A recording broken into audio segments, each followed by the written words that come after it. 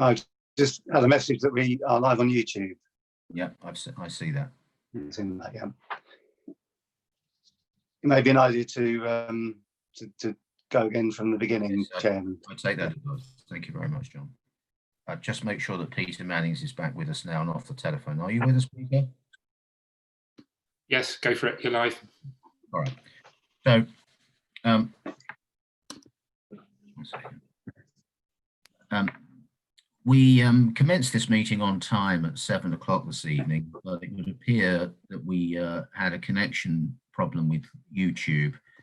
Very important that this meeting is carried fully and in total on YouTube live. So I'm going to just run through a couple of minutes of the meeting that we've already held in duplication, so that everybody is with us.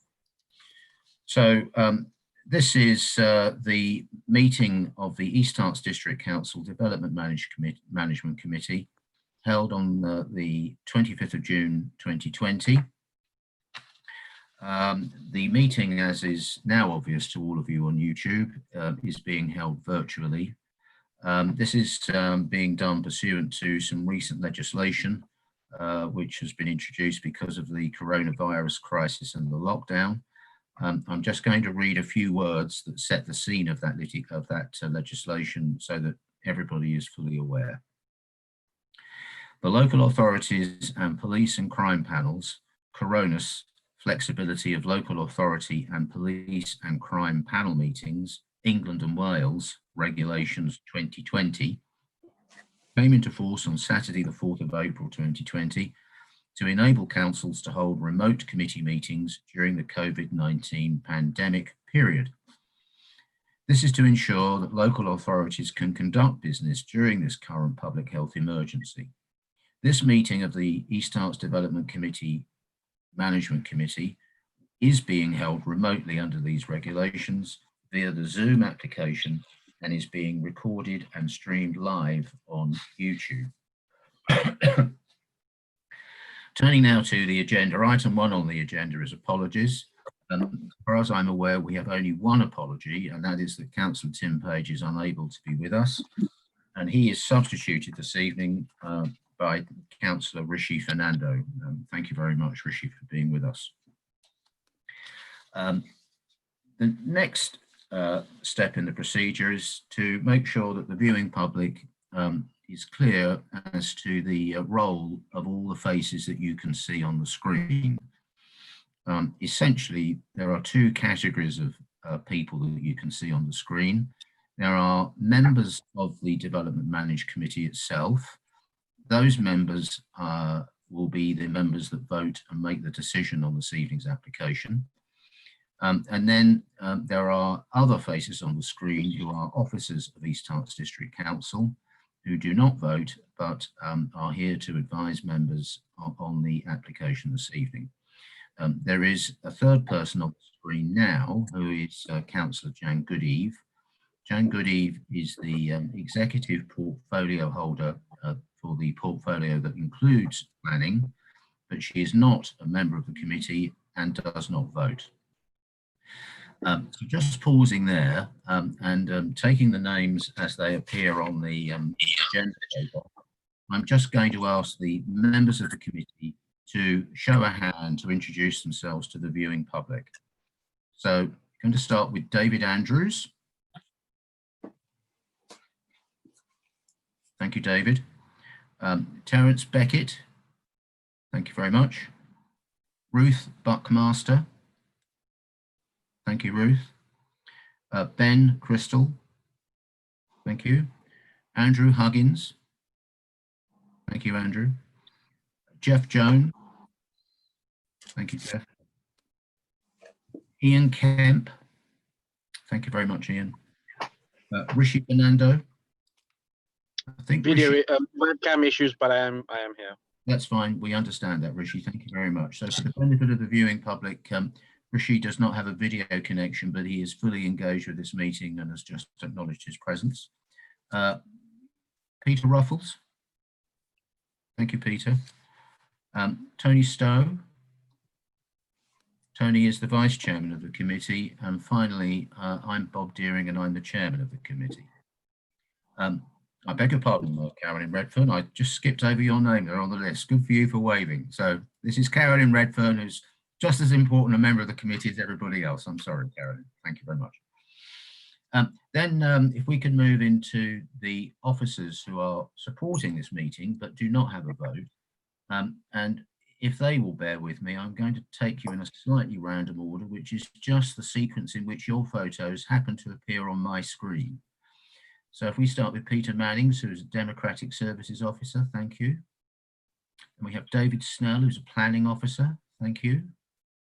We have Sarah Saunders, who's Head of Planning as an Officer, thank you, Sarah. Rachel Collard, who's the Planning Officer that will present this evening's application. Victoria Wilder, who's Legal Services, thank you. John Williams, Democratic Services. Kay Mead, Planning. And I think we've covered the ground. And I'm just going to add one last name because I do see her photograph on the screen, and that is Councillor Suzanne Rutland Barsby. Councillor Suzanne Rutland Barsby is not a member of the committee, does not have a vote, but she is the local member relative to this evening's application, and in due course will be speaking. But just to repeat, so everyone is clear, she does not have a vote on the application. Thank you very much. Returning now to the agenda, Chairman's announcements. I'm just looking sideways at Sarah Saunders. I'm not sure that we have, no, thank you very much indeed. So we have no Chairman's announcements. Item 3 is declarations of interest. If anybody has an interest they feel the need to declare, now is the time to do it, please. Lots of shaking heads, that's very helpful, very visible. Thank you very much. That brings us on to item 4, which is planning applications and unauthorised development for consideration by the committee.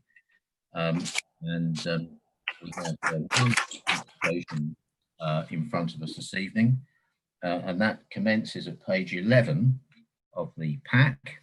It's agenda item 4A. I will read out the detail of this application for the benefit of everybody participating this evening. So we are now going to consider application 319-2614 FUL. This is for a proposed mixed use redevelopment comprising partial demolition of existing buildings and replacement with 3,419 square metres of commercial floor space, use classes A1 to A4 D1, an 86-bed hotel, use class C1, 98 residential apartments, use class C3, alterations to an existing car park, new bus station facilities, and associated works and improvements. The location is Birchley Green Shopping Centre, Birchley Green, Hertford, the officer who is going to present this application to us this evening is Rachel Collard. The officer's recommendation, as you can see on page 11, is that this application be granted, but I will now pass the floor to Rachel. Hear from you now, Rachel, please. Thank you, Chair. Firstly, I just want to highlight the late representations that have been received and circulated this evening. So it's to highlight that there is an error on page 91 of the committee report where the incorrect reason of decision summary is included. The wording that should be used instead has been set out in the late representations. Members will also see comments from the Civic Society, Hertford Museum and neighbour representations in support and objecting to the proposals. And in addition, a letter has been received from Chase New Homes and an email from the CCG confirming the current position in relation to negotiations on the health facility. Thank you, Rachel. Sorry, bear with me. Yeah. So this proposal is for a mixed-use redevelopment of Birchley Green Shopping Centre in Hertford Town Centre. It would comprise of the partial demolition of existing buildings and replacement with 3,419 square metres of commercial floor space, an 86-bed hotel, 98 residential apartments, alterations to an existing car park, new bus station facilities and associated works. The site is within the Hertford Conservation Area. Members will be aware that the shopping centre closed in 2018 following the determination of a planning application granted permission in January of that year for a mixed-use redevelopment. This permission remains extant and could be implemented. Following the closure of the shopping centre, partial demolition of the site commenced. However, work stopped, with a previous developer, Renbridge, citing they were unable to deliver the approved scheme due to viability issues. The proposed development consists of 3 main blocks of development comprising of commercial units at ground floor level, residential units on the upper floors, and a separate building providing additional commercial units and an 86-bed hotel on the corner of Railway Street. The existing car park will be retained, with a facade treatment proposed to screen the existing elevations of the building. This proposal is similar to the previous consented scheme, with the most notable differences being the increase in the number of residential units from 70 to 98, change in the design and scale of the buildings, and a change in the viability position. As with any application, a range of consultations have been undertaken, with both statutory and non-statutory consultees responding to the proposals. These are all listed within the committee report. In addition, local groups have responded to the application and include Hertford Town Council, Hertford Civic Society, and Bengio Steering Group. The Bengio Steering Group responded positively to the application, welcoming the proposals to regenerate this part of Hertford. The Civic Society has responded twice to the application. The initial comments raised concerns in relation to the conformity with the town centre urban design strategy, parking, landscaping, servicing, affordable housing and the riverside. However, these comments did recognise that a developer has previously walked away from the site and appear to take a pragmatic view in respect of the affordable housing provision on the site, concluding that reluctantly the lack of affordable housing will have to be accepted. Furthermore, the comments recognise that the site could lie idle for the foreseeable future, which would have consequences for the town. Additional comments were submitted following the reconsultation, and those comments were positive to some of the changes, in particular the increased open space area in front of Block A. The Town Council are objecting to the application, raising concerns primarily surrounding the heights of the buildings and the levels of car parking. 87 responses have been received from members of the public and include those late representations circulated to members this evening. The comments received include those in support of the proposals, whilst others have been in objection. Members will see within at paragraph 7.1 a range of comments that have been submitted. However, the key concerns include the design of the development, its scale, the impact that it will have on the privacy and loss of light to buildings surrounding the site and the residential dwellings located nearby, and in particular those on Folly Island, as well as car parking provision. The principle of the redevelopment of Berkshire Green is acceptable development for key town centres, and these include retail, residential, hotel and other employment uses, which are encouraged within Hertford in accordance with the district plan policies. Members will be aware that the Council commissioned and developed in partnership with Hertford Town Council and Herts County Council, the Hertford Town Centre Urban Design Strategy 2016. This document can be found at reference paper A within the agenda pack, and this document is relevant to the application as a framework is contained within it, setting out design principles of how development should come forward at the site. The proposal would provide 98 residential dwellings, and these units would be above the commercial units at ground floor level within buildings that are 5 stories in scale. The design approach sought is a wall style, with the development creating a frontage with a riverside and enables views through Berkshire Green towards the river. Improvements to the river frontage are proposed with new hard and soft landscaping. The pedestrian link from the bus station into the main thoroughfare will be maintained, ensuring permeability through the site and would be in conformity with the design principles set out in the urban design strategy. Following amendments to the scheme during the course of the application, the proposal now includes additional detailing in the form of brickwork detailing, the bridge detail, sack hoist and door detailing, and a roof terrace is also provided for residents to Block A. In relation to the hotel building on the corner of Railway Street, this has a more contemporary design and it is similar to that presented under the consented scheme, with the building being 4 stories in scale and a tower element positioned on the corner of Railway Street. The material palette used in the development would primarily be brick, with different coloured bricks providing additional detailing throughout. However, a condition has been imposed requiring samples of materials to be submitted to ensure the quality is acceptable. Members will note that in comparison to the consented scheme, the height of the development is greater, with an increase in the number of windows facing the riverfront. Neighbour comments have raised concerns regarding loss of light and loss of privacy. However, the distances achieved between the development and the residential units, in particular those on Folly Island, are considered to be acceptable, bearing in mind the town centre location where it is accepted that property separation distances and residential amenity areas will be reduced when compared with more suburban and rural locations. The scheme will be in compliance with the council's policy in relation to adaptable and accessible homes, and the scheme will also follow a fabric-first approach, seeking to maximise performance of the materials that make up the building itself to achieve consistently high energy efficiency in order to achieve low CO2 emission rates. The proposal will also see solar panels and air source heat pumps for the commercial element, and overall, the development will achieve a 10.83% improvement over parts out of the building regulations in accordance with council policy. In relation to the car parking, the car park will be retained. 40 spaces will be allocated to the residential units, 5 spaces will be allocated to the car club, with the remaining 143 spaces for general use. 10 vehicle electric charging points will be provided, and it is considered that parking provision would be in accordance with the zonal approach which is set out within the parking standards documents, as it does allow for reduction in the total of parking requirement. It's considered reasonable in this case due to the location of the site within the town centre of Hertford, where sustainable transport modes such as buses and trains are accessible, that the amount of car parking is acceptable in this instance. Members will note that there is no affordable housing or Section 106 contributions, and this is due to viability issues, meaning that it is not possible for these to be provided. An independent viability consultant has reviewed the viability report submitted by the applicant and has confirmed that the site is unable to provide any affordable housing. In addition, following the amendments to the proposals, this has also resulted in changes to the scheme, which has resulted in further viability issues, and therefore no Section 106 contributions can be provided.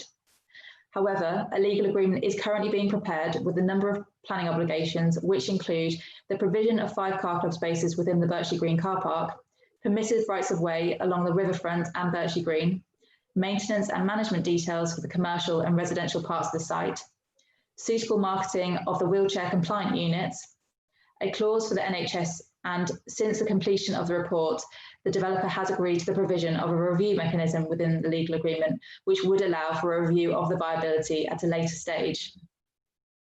Overall, the mixed-use redevelopment Birchley Green complies in principle with the local and national planning policy.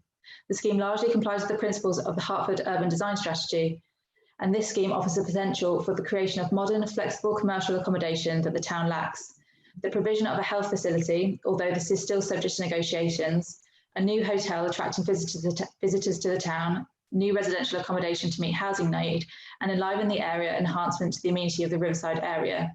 A new public space will be created, and in general, streets and spaces around the site will be fully retained and enhanced. Whilst the proposals will have an impact on the character and appearance of the conservation area and nearby listed buildings, these are considered to result in less than substantial harm. However, the benefits of the proposal, which include the redevelopment of this vacant area of the town centre, are considered to outweigh this harm. The overall planning balance is one of considering the identified benefits of the proposals, the introduction of the residential use, improvement to the public realm, the enhancement of the conservation area, and other benefits against this harm. Whilst the viability situation does not provide any affordable housing and no Section 106 contributions, overall the balance is considered to be such that the benefits clearly outweigh the identified harm. In conclusion, subject to the imposition of conditions and the completion of a legal agreement, the proposal is considered to comply with both national and local policy, and it is recommended that planning permission is granted with delegated authority to be granted to the head of planning to finalise the details of the legal agreement and conditions. Thank you. Thank you very much, Rachel. We have 2 speakers standing by to speak to us, 1 speaker for this proposal and 1 speaker against. I'm just going to ask Democratic Services just to confirm that I call the speaker in favour first and the speaker against second. Is that right? Or is it the other way around? Against first, yes. Against first. Fine. Thank you very much, Peter. In that case, then, I'm going to ask Mr. Peter Norman of the Hertford Civic Society to come into the meeting now. Yes, I think you're in a waiting room or some such. If you could join us. He's already on. He's ready to go. Okay. Don't go just yet, Mr. Norman. Just want to make clear that the public understand that you are speaking against, and I want you to, I think you're familiar with this, but nevertheless, I want you to be very clear that you have 3 minutes. Your 3 minutes will start from when you unmute, and when you get to 3 minutes, you will be cut off. So make the best of your 3 minutes. Over to you now, Mr. Norman.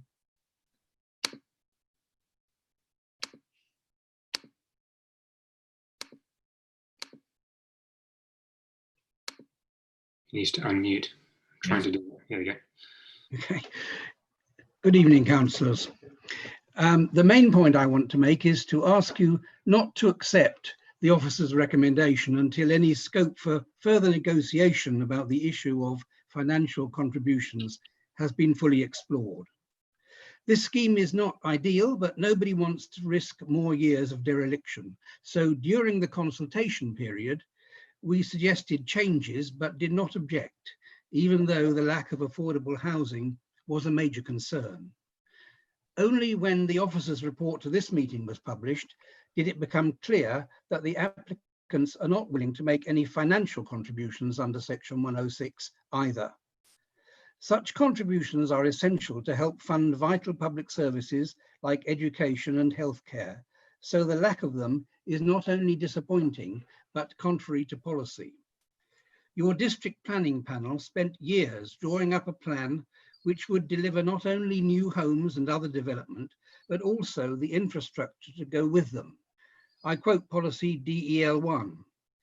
Developers will be required to demonstrate at the planning application stage that adequate infrastructure capacity can be provided both on and off site to enable the delivery of sustainable development within the site, the locality, and the wider area as appropriate. Where proposals cannot demonstrate the deliverability of supporting infrastructure, they will be refused.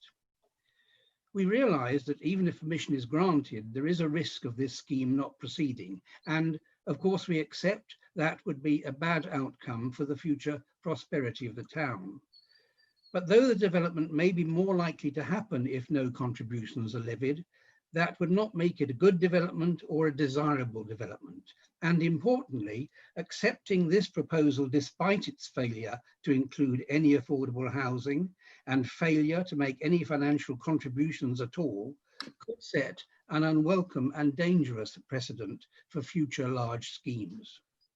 We all know there's little profit in retail development anymore, but should the costs of recession be borne only by the public, who will suffer if benefits can't be secured under Section 106 agreements, or should landowners and developers bear some of the burden? Can you be certain that the best possible deal has really been reached in this case? And I think I heard Ms. Collard say just now that there is maybe some scope for reviewing these viability issues at a later stage. I certainly hope so. And we ask you not to accept the recommendation until officers have fully reinvestigated whether there is any scope for further negotiation. Thank you. Thank you very much, Mr. Norman. Thank you indeed. I'm now going to call upon our second speaker, who is Mr. Alan Ward. He will be speaking in favour of the application, and he represents the applicant Chase New Homes. Again, Mr. Ward, before you speak, once I see your picture on the screen, I'm going to say exactly the same to you as I said to Mr. Norman, but I haven't seen you on the screen yet. Can you at least hear me, Mr. Ward? Yes, I can. Can you hear me? I can hear you. Will you be on video with us, or? Yes, let's just see what's going on. I don't think that's from my side.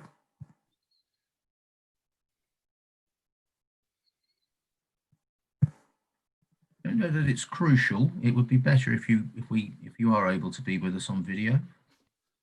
We're happy to give you a few moments to see if you can get that to work.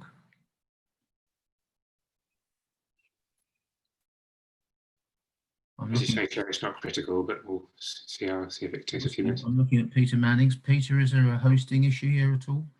Not aware of anything. I've admitted him to the meeting, so he should be fine.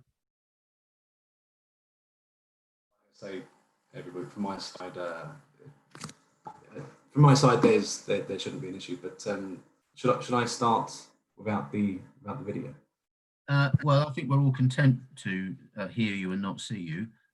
So I'm now going to say what you may have heard me say to Mr. Norman, which is that you have 3 minutes. The 3 minutes will start. We are speaking now. You might want to mute while you listen to me, because your 3 minutes will start from the moment you unmute, and you will be cut off at the end of 3 minutes. So you do your best to make the best use you can of your 3 minutes. So I'll say no more now and let you start when you unmute. Thank you. Thank you, Chairman. And thank you to the committee for allowing me to speak tonight. We have worked on this application from the moment we purchased the site, in order to be sure that we could submit a scheme which is of a standard and quality that fits with and complements Hertford Town. We have sought to create a concept and style that builds upon Hertford's unique qualities and also brings something new and interesting to make the most of this opportunity of architecture. This may be our site, but we fully appreciate it is your town. We want the town to be proud of what we build. And if the committee resolves to grant permission tonight, it's our intention to be on site before the end of August. By the end of the year, buildings will be coming out of the ground. We have had very positive meetings with the NHS and the practice manager for Wallace House Surgery. Our technical director is in talks with their appointed surveyor, and there is a very strong will to bring a surgery to this site from both sides. Premier Inn have maintained their commitment to Hertford and are now bringing staff back from furlough, which should allow us to get into contract and build the hotel. We are working very hard to provide facilities the council wants to see. We're also ensuring the site has sound sustainability credentials with an efficient building fabric, a significant element of renewables, including solar panels on the roofs of all blocks, but with panels set in or laid flat to prevent any visual impact. I note the Hertford Society and some others' concerns and local residents with regards to the servicing arrangements of the site. I can assure you we presented two options, one through the centre of the site and another through the service yard behind where would be the hotel. They both mimic the existing commission on the site. We have purposely designed the site to be a shared surface with quality materials and removal of curbs to give equal priority to both vehicle and pedestrian, something which has been very effective elsewhere, and ultimately it really does lead to actually priority for the pedestrian. It's certainly not going to appear as a service road, and we will not allow it to be overrun with delivery vehicles. Like many things on this site, it's about balance. As we progress commercial lettings, we will better understand operators' delivery requirements and work with the council to ensure an appropriate outcome for all parties. The planning conditions allow for this to be finessed. We also acknowledge that the landscaping could evolve some more on the site. Again, we want to understand the views of the commercial occupiers rather than propose something now which will ultimately be rubbed out. Planning conditions allow for the discussion to continue. We will refurbish and ensure the toilet's future is secure with a business plan supported by the management team of the shopping centre, again, controlled by condition. Along the riverside, we're proposing the same uses as the previous permission, and we're seeking to meet the council's aspirations for active frontage. We've been sensitive to the surroundings, but we're happy to discuss any screening opportunities along the riverside which the council may wish to talk about. If this council resolves to grant permission tonight, I can give my assurance that we will get spades in the ground to build with speed and quality and give Hertford a unique and successful scheme. Thank you. Thank you very much. Okay, so we've had speaker for, speaker against. I now think it's the moment to call upon the local member, who is Councillor Suzanne Rutland-Barsby, who wishes to speak in her capacity as the local member. Just for the benefit of the viewing public, as the local member, Councillor Suzanne Rutland-Barsby is not limited to 3 minutes. She can take longer, but I suspect we won't be sitting here in half. Suzanne, thank you. Thank you, Chairman. Just to make everybody realise, I've lost connection twice. Officers have got a copy of my presentation if the broadcast fails for any reason. So we'll move on, and I certainly won't be taking half an hour. Back in October 2017, this committee granted the developer, Wrenbridge, permission to redevelop the Birchley Green shopping centre. The retail units were duly emptied and part of the site demolished. Then, to our horror, they decided that the project was no longer viable, leaving Hertford with a gaping, great ugly hole resembling a bomb site, empty shops, and the loss both of the bus station waiting room and the public toilets. The site has since been derelict, blighting a large part of our town. Chase New Homes, a local developer, subsequently purchased the site from Diageo Pension Fund and have submitted the application before you tonight. It is regrettable that there are no affordable homes in the scheme, but we should remember there were only 7 in the previous approved scheme. The viability work has been undertaken and tested by officers, and it shows that the scheme is unviable and therefore can't bear any affordable housing or other planning obligations. Whilst this is really disappointing, there are other important social benefits. The inclusion of a new purpose-built, very much needed medical centre, which will be of huge benefit to the wider community and close proximity to the bus station, which of course serves the surrounding villages. It will also drive footfall into the town centre. Do we really want to miss this opportunity? The scheme is not perfect, and it is understood that some residents are unhappy with the design of it. But I believe a greater number are satisfied, and we do have to accept that it is impossible to meet everybody's wants and needs. The redevelopment will make our town look more attractive and contribute to its variety and vibrancy. Folly Island residents currently look out on an unattractive, derelict site, defaced with graffiti. Yes, there are concerns about loss of privacy, but they already have walkers passing their properties only 2 to 3 meters away. Windows at 25 to 30 meters away will not be more intrusive. Now is the time for pragmatism. I appeal to you as a local member and Hertford resident of 50 years plus. One developer has already walked away from this site. The viability has been tested by experts and there is no breathing room.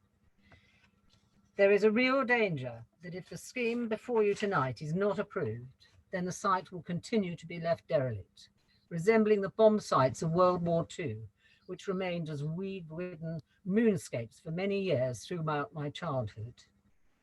This will blight our town as it additionally struggles to recover from the truly horrific and unprecedented economic impact of COVID-19. Hertford will remain without its heart, probably for years to come. I urge members to support this application. Mr. Chairman, thank you and members. As I'm not a member of the committee and the decision-making process, I will now blank my screen and mute the microphone and listen to the debate. Thank you. Thank you very much, Councillor Rutland Barsby. Thank you. Okay, now that completes our list of scheduled speakers. The time has now come to open discussion out to the committee. If any member of the committee wishes to ask a question, could I ask that they put their hand up to the screen and just hold it there long enough so that I and my supporting officers can see you, and then I will call you to speak. You will be called, so just don't panic if you don't get spotted initially. So I think I saw Councillor Ruffles, Councillor Crystal and Councillor Beckett. We'll take you first, please, in that order. Thank you. Chairman, my first comments are as a point of order, really. Are you intending to take questions first and separate them from any debate, or are we asking questions and rolling into debate at the same time? That's a very, very good question, Councillor Ruffles. I was proposing to take questions. The officers, I imagine in the main, will respond to members' questions. And if that leads to a wider discussion, then so be it, and that would be perfectly welcome. Is that an acceptable approach to members? Just coming back to you, Councillor Ruffles, since you asked the question. Yes, Chairman, happy. Just want to be clear. So if you have a point to make or a question to make on the application, since I did see your hand go up first, you still get the first opportunity. Well, Chairman, I 2 or 3 questions. Shall I ask a couple of simple ones, I think? Yep. First, I wonder, looking at the representation from the Canals and River Trust and the illustrations of the scheme that have been on our screen again this evening, if it's possible to ease the fears, their objection, in fact, about landscaping. And there was an offer I heard from the applicant speaker a little bit earlier to engage with that. But in particular, moorings provision, what scope is there for using the water and making it more attractive beyond what we're looking at tonight in the scheme? That's one question. And then picking up from something that the Town Council, I attended the Town Council's debate. I didn't debate at it, but I listened. One of their questions, which I couldn't answer there in the meeting, but I wonder if we could hear now, is about the request for a condition to require each property lessee to undertake not to own a car. And this they wanted obviously to be extended, if it's possible, to renting tenants as well. And it seems around condition 44, it may just be a relevant spot. I've got another couple of questions, but I'll leave them until a little later in the meeting. Thank you very much indeed, Councillor Ruffles. I'm just going to note now that I've seen Councillor Jones' hand go up. We'll take you in the next round of questions, Councillor Jones. So I think the second hand I saw was Councillor Crystal. Thank you, Mr. Chairman. Yes, I've got a bit of a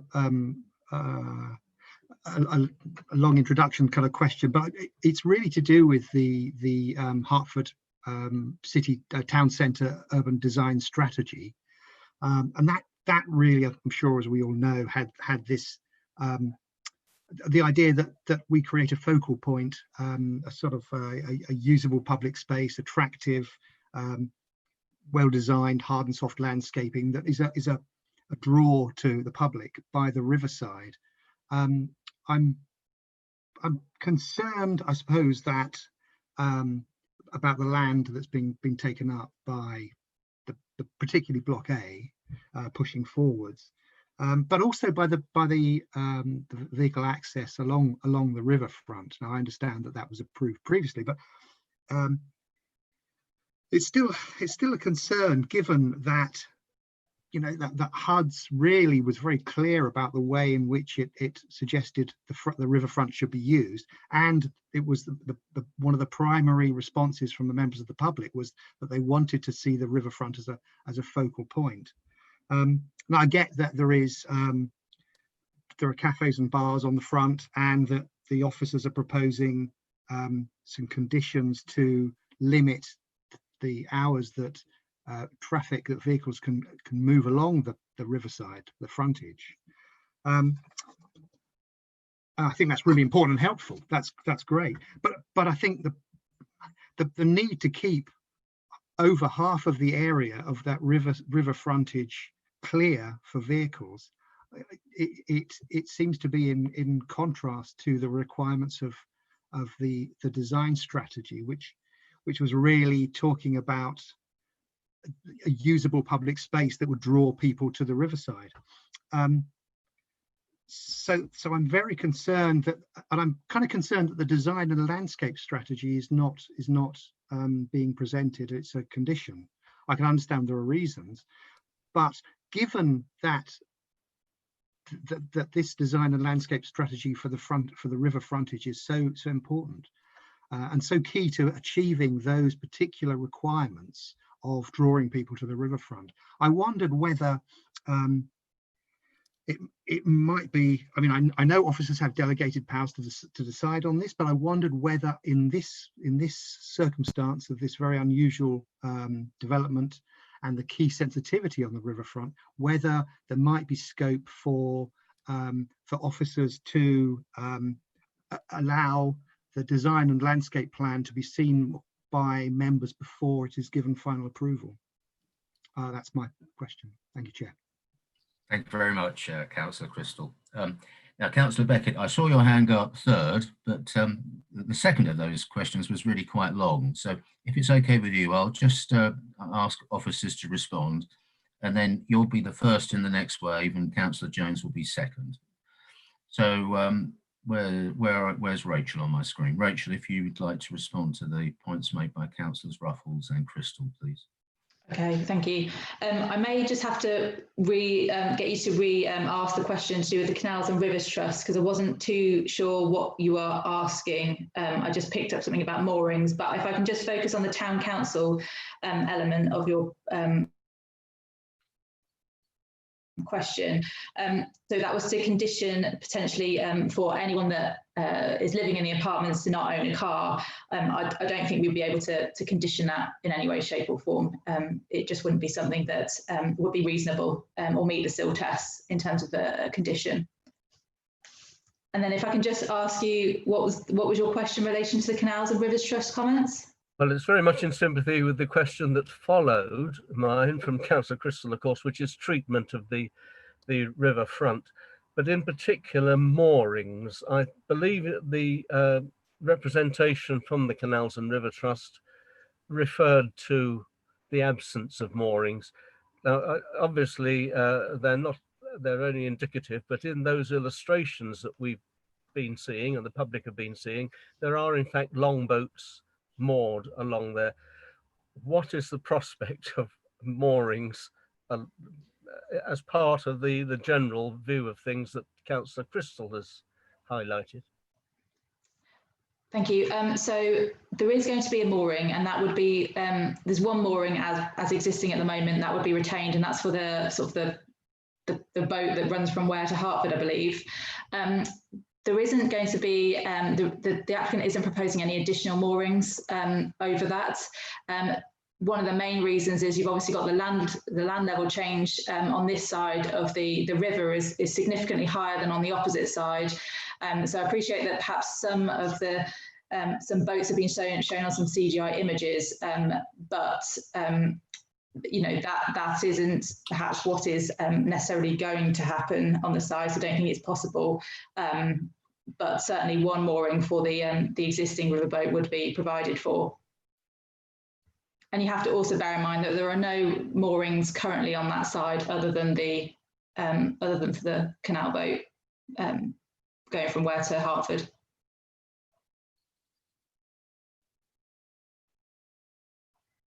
Can I just come in there, Rachel, just to clarify, so we've all heard that correctly. I think your very final comment there was that at the moment there is just a single mooring on the side of the water that we're concerned with, and that when we come out the other side, if permission is given this evening, there will still be one mooring there. A single mooring, yes. Thank you. Okay. Do you feel able to comment in relation to Councillor Crystal's points? Yes. So the design and sort of landscape strategy that has been submitted, it is indicative at this point in time. You'll have noted that there is a condition on requesting details to be submitted and approved. In terms of whether or not members would see that detail beforehand, I may have to ask my colleagues in relation to that, but I would say that generally it's something that officers would review first.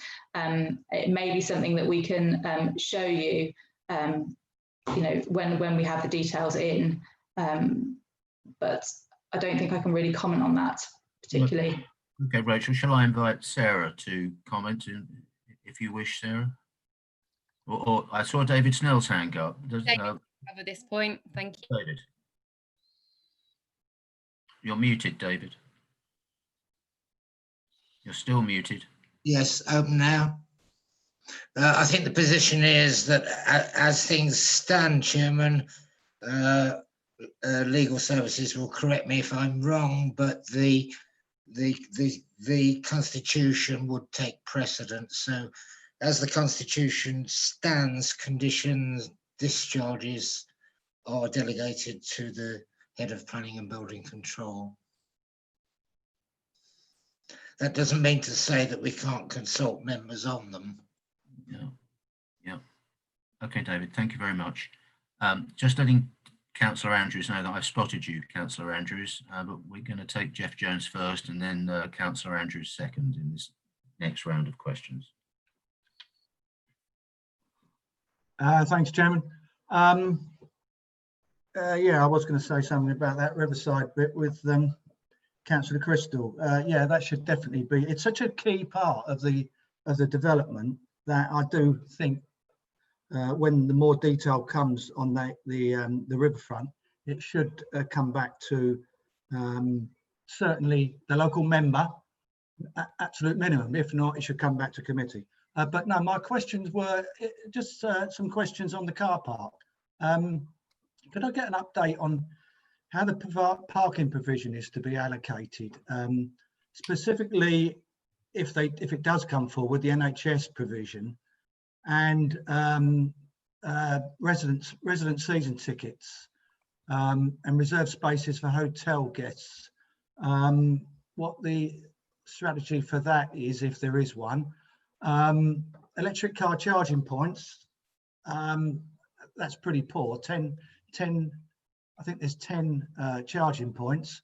I'm hoping they're 10 double ones, making 20 at absolute minimum, but it is pretty low. But could we future-proof the whole of the car park, that the cabling is put in place for the future, that, you know, we know electric cars is coming, it's coming fast, it's going to be the future. And that whole car park should have the cabling in, even if they haven't got the actual units, charging units in. So it would future-proof it. And then there was a car club of 5 spaces, I think. So I think that's how it was allocated. So perhaps just some clarity of how the car park, if you like, the reserved areas are laid out. I was a bit confused with that. And just one other question on cycle storage in the apartments. I'm not sure exactly where they're going to be located, but could I just ask, I've noticed, speaking to a lot of cyclists living in apartments, that they don't use the provided cycle storage area because they say they're not safe.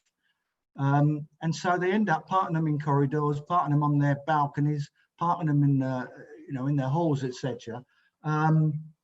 And it's because they're not confident they're in a safe area provided for them. So could I just ask the developer that when he does locate these storage areas, that a lot of thought is given to actually where they're located, perhaps consult with some sort of cycling organisation or residents, potential residents, etc., that they're put in the correct place, a very safe area. So yeah, that's all for now. I've got a lot more to say, but I'll save them. Thank you. It's always good to know that Jeff Jones is leaving the best till last.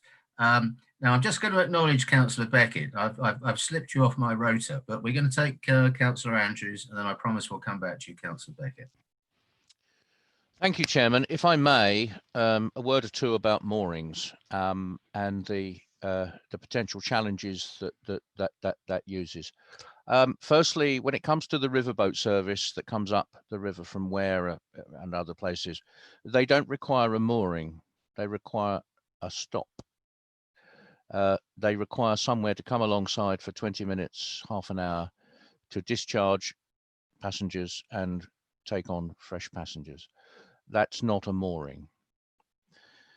I spoke long and hard at the previous manifestation of this site some years ago about moorings, and I think, given we've seen the artist impression with a couple of narrow boats there, and there's no question that would enhance the view and benefit the whole setup, but without wishing to tread on the CRT's toes, as I said then, and I must emphasise now, it would be moorings for visitors to Hertford. In other words, boats that are coming up, and it's a long old slog up the Lee to Hertford just to turn around and go back again.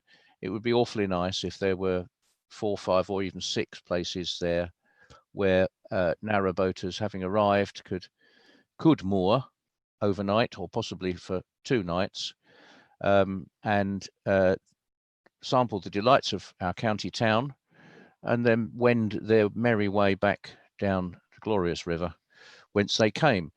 But strictly on the basis, because we don't want it turning into a long-term mooring. We want to provide a facility for visitors to Hertford, and at the moment there isn't one, frankly. They have to sort of rock up somewhere on a piece of towpath, bankside towpath, where they can bang a few stakes in and not if they do it Friday, they might not get moved on until Monday. I'd like to formalise that, if we can, in negotiation with the CRT, but strictly on the basis of no longer than 48 hours. Otherwise, we will become.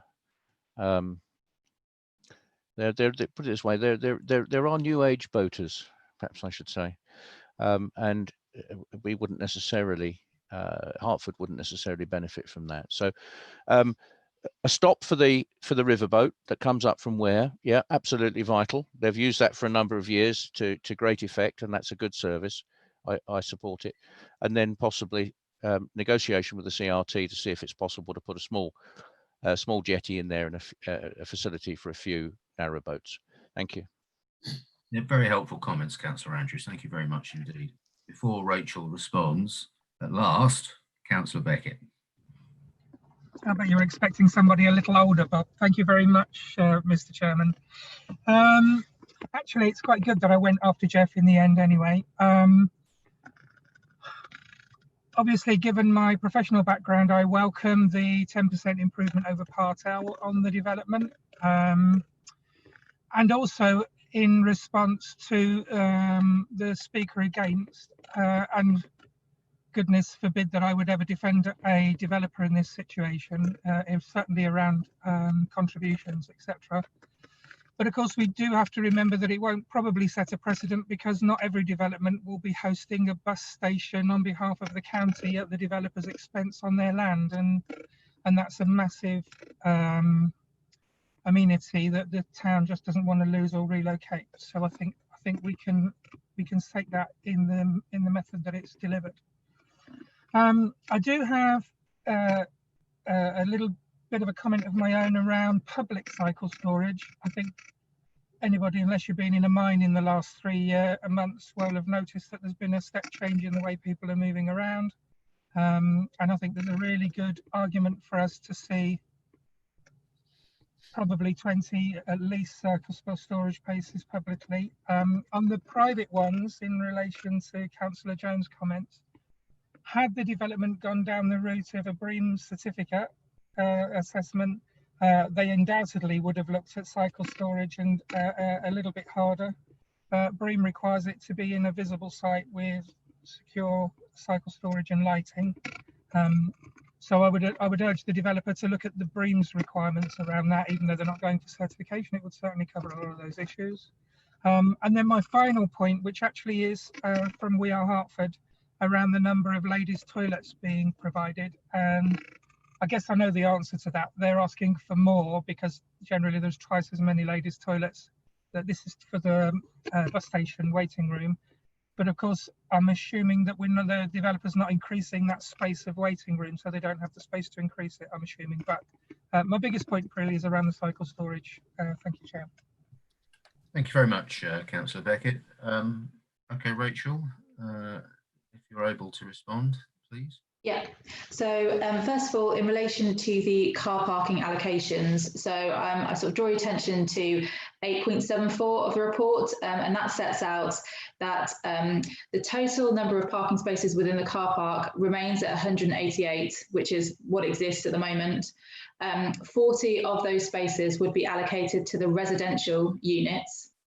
Then you have 5 car club spaces, and they could be used by the residents of the units themselves or any other resident of Hertford could sign up to use them.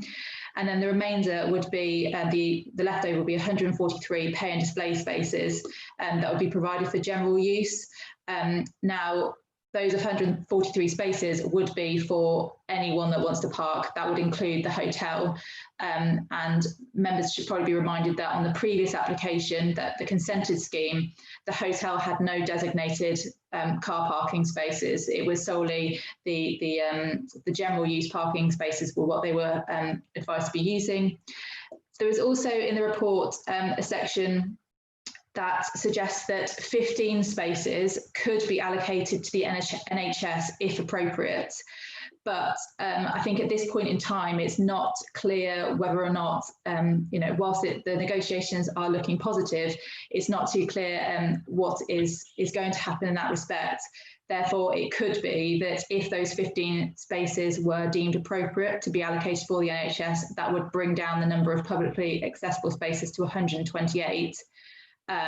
But until there's an agreed position in relation to the NHS and the applicant, we don't know sort of that final point, but there is a condition that would require the developer to submit details in relation to allocations and how they would deal with that. So I think that hopefully addresses the car parking allocations. In terms of the charging points, 10 charging points will be provided on the site. There is a condition requiring details to be submitted. Within that condition, we could add details regarding sort of the cables that could be laid to ensure the future proofing of it. So that could be added into that condition. I need to find the condition. I can't see it at this point in time, but I think that is something that we could add. And then I think we move on to sort of some cycle storage issues. So there is cycle storage provided on the site. They are internal cycle stores for the residential units. If I can just find the relevant part of the committee report, because it does highlight that.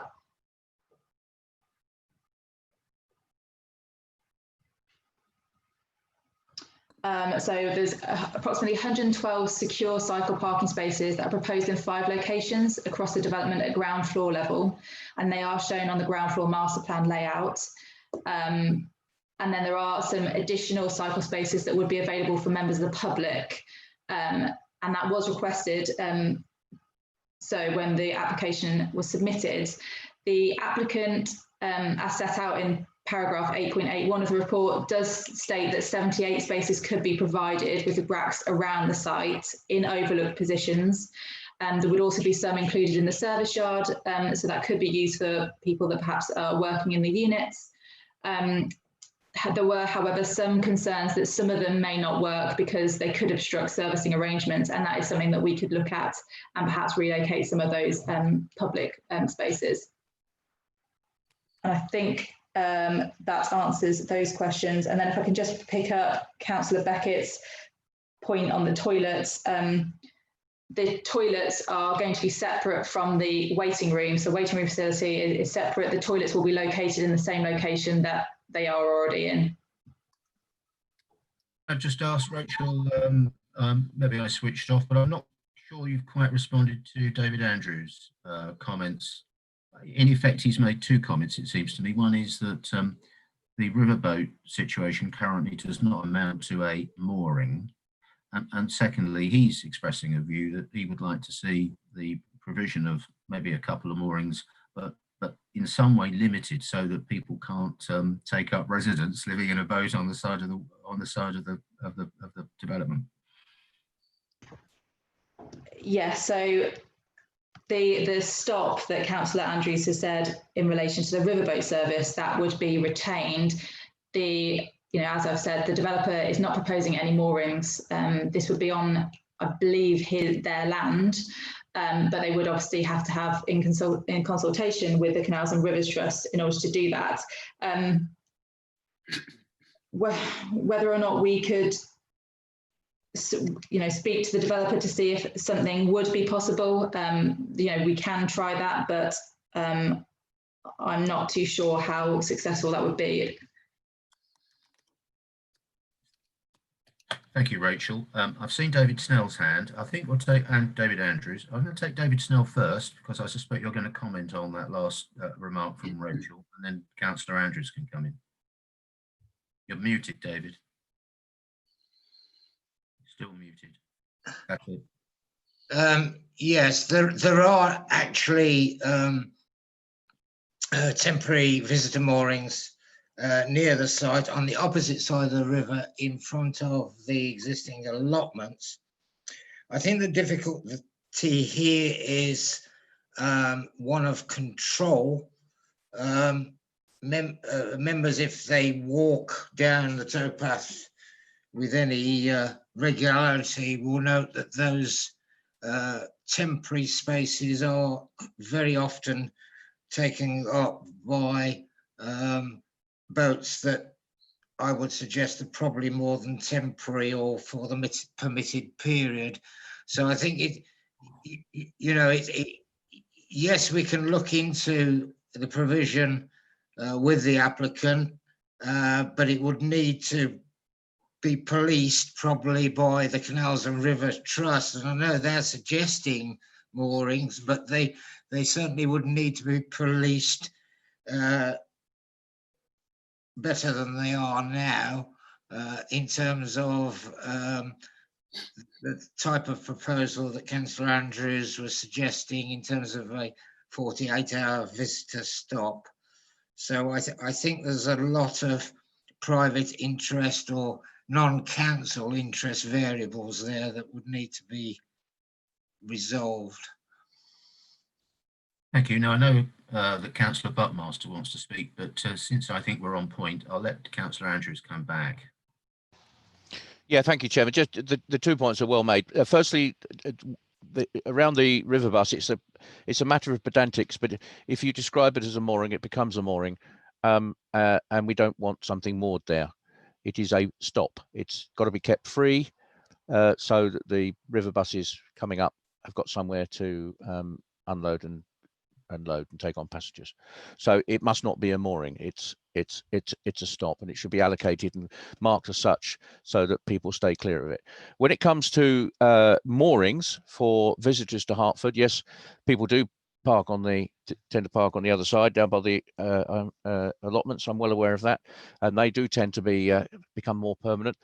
I'm not suggesting we get too deeply into this. It's down to the CRT at the end of the day. It's their problem to enforce this.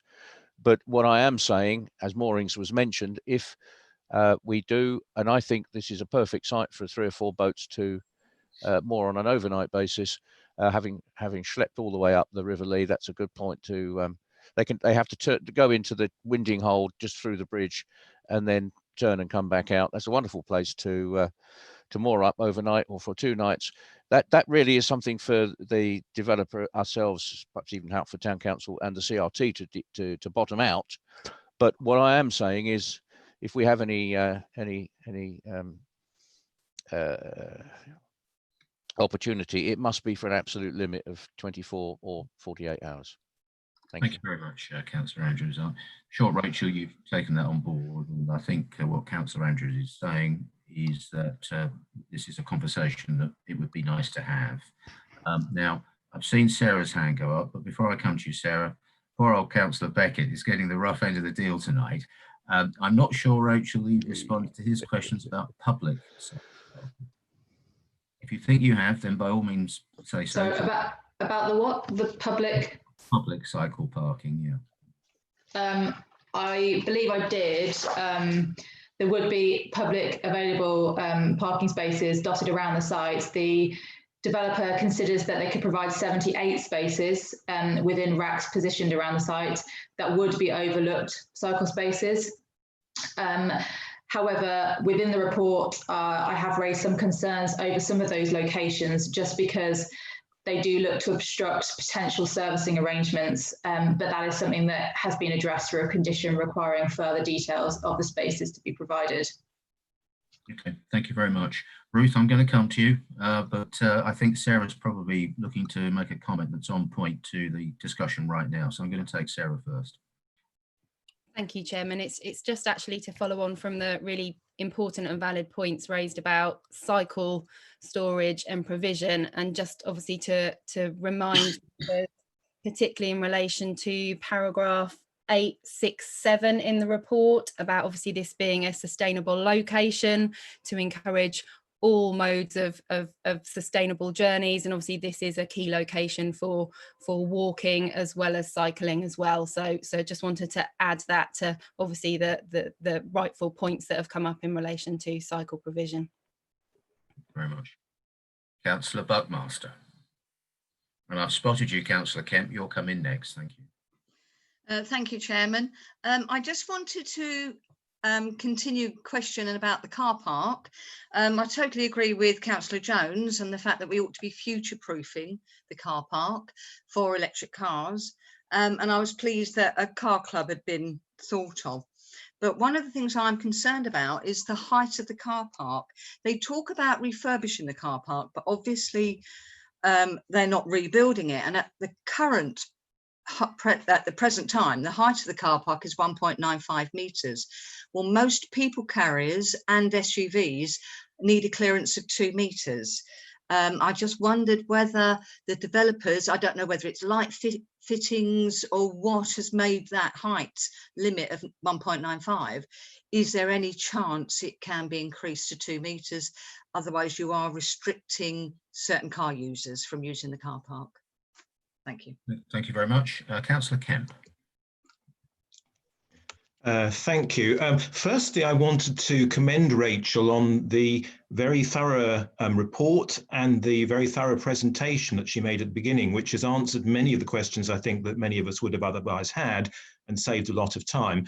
I have a quick question about the car parking, following from earlier question, which was, it was mentioned that only some well, the number of spaces available will be considerably smaller than the number of apartments, and wasn't clear as to how those would be allocated, whether we have any clarity on that, whether some apartments would come with a parking space available with them and others would firmly not. Secondly, I think we all welcome the provision of riverside cafes, the chance to turn this into an area which can act as a really pleasant environment for people to sit by the river, admire the scenery and admire the river. In fact, some moorings directly by there might inhibit that if they were in the way of it, whereas the stop for the canal boat from Ware, obviously being only 20 minutes a day, would fit in very well with that.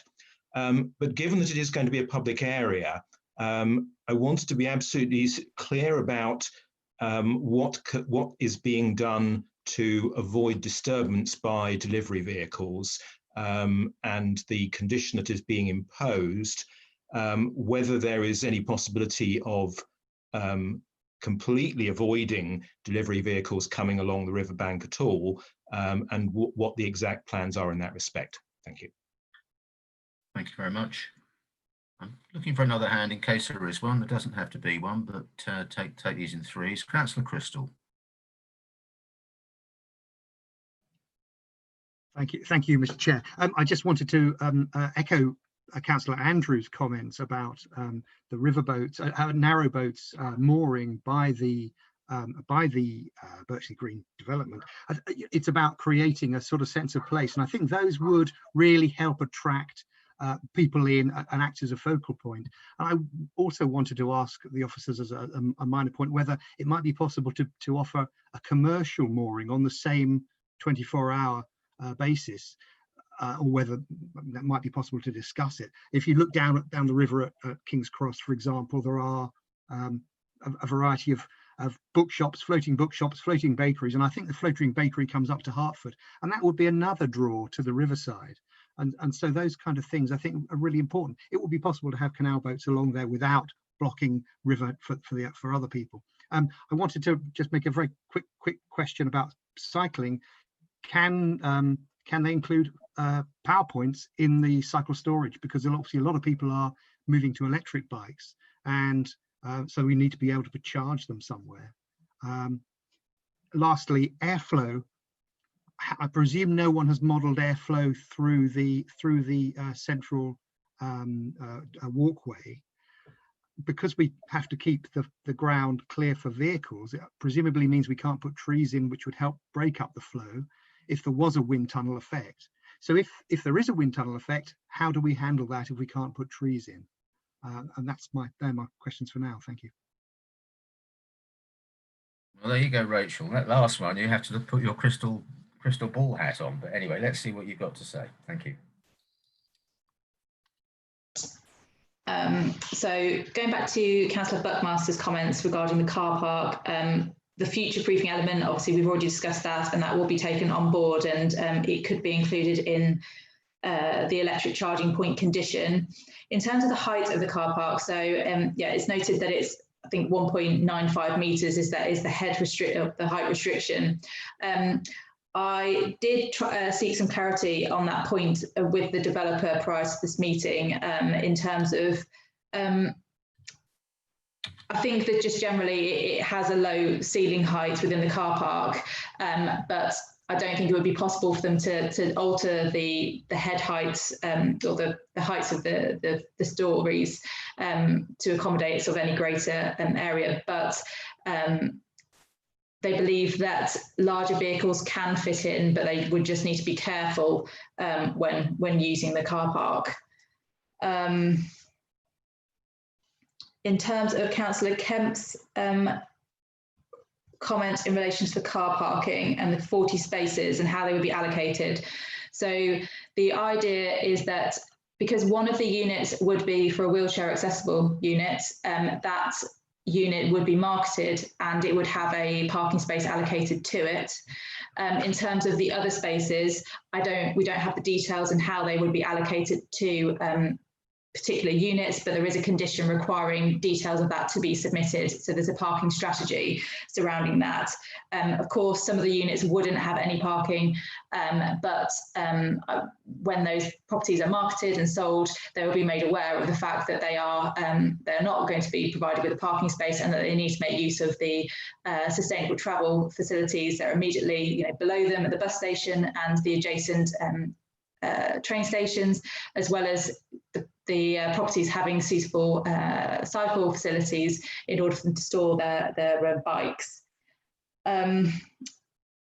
Second point is in relation to the riverside cafes. And then I think following on from that was the disturbance from delivery vehicles. In terms of sort of riverside cafes and any boats that can come, oh, hang on, I think that was going on to Councillor Crystal's point, so I'll cover that separately. So in terms of the public area and what's being done about the disturbance of deliveries, there is a condition on the application that does restrict deliveries from between 7 and 10 o'clock. So outside of those hours, no deliveries for the commercial elements can take place. There is also a condition that does require a servicing and delivery plan to be submitted to the authority to consider, and that would include the hotel, the residential, as well as the commercial. So the idea would be that outside of those hours, other provisions could be made for, i.e. within the existing service delivery yard. I don't think, bearing in mind the permission that has already been granted and the existing situation on the site where there is clearly a delivery route along the river frontage, that seems to be the only realistic way for deliveries to get to some of those commercial units, that particularly on the thoroughfare. So I think there would have to be deliveries going through the site, but of course the restrictions should help so that there's limited conflict with pedestrians during the daytime and in evenings. And then I think the final point was in relation to Councillor Crystal and the potential for commercial moorings. That is something that we can, again, I think it goes back to what we've already said, we could discuss that with the developer, but I think that the concern would be is the height that, is from where the site actually is, and then there's quite a drop down to where the river obviously is. But that is something that we can further discuss with the developer and CRT if required. In terms of the cycle storage and electric points, again, that is something that we can discuss with the developer, I would imagine that the electric points would be provided in the storage facilities. But again, that's something that we could discuss with them and impose a condition if necessary. And then the final point on airflow through the central walkway, that hasn't been modelled, so there is no model for that. You're right, there is going to be limitations in soft landscaping that can happen sort of in that thoroughfare because it is going to be used as a delivery route. I don't think any sort of formal planting could really happen. There may be scope for some planting that may be in sort of movable planters that can be moved, you know, during the day if shops require that. But other than that, I don't think there's much I can really say in relation to the airflow. Thank you, Rachel. I've now got Councillor Redfern and Councillor Ruffles in that order, please.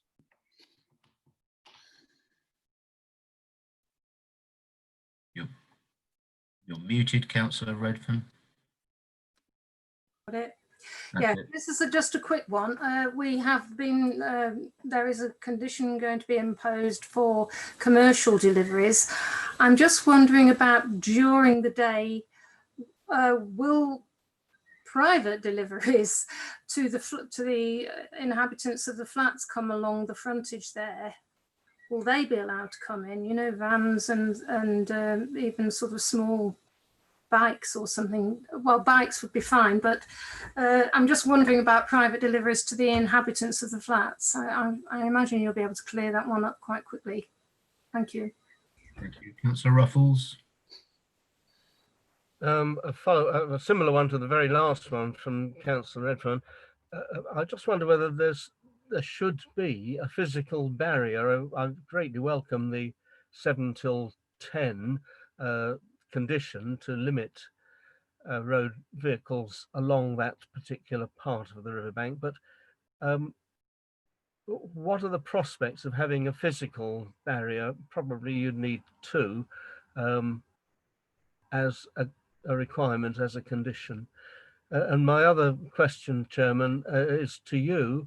I'm hoping to get a public commitment from you in a different capacity, because earlier this evening, Councillor Beckett referred to the generosity, I think, or he didn't use that expression, of the applicant in maintaining the present bus station and providing those facilities. And I think that is absolutely crucial. It certainly has tipped the scales as far as my own personal assessment of the whole application is concerned. I'm not an enthusiast for the whole application, I have to say, but the presence of the bus station, which was present in the last permission that we gave, but hasn't always been, is very, very important to the town. But Chairman, it's not a very nice bus station, despite what the applicant here is going to do to make it that much better than it's been in the last few months.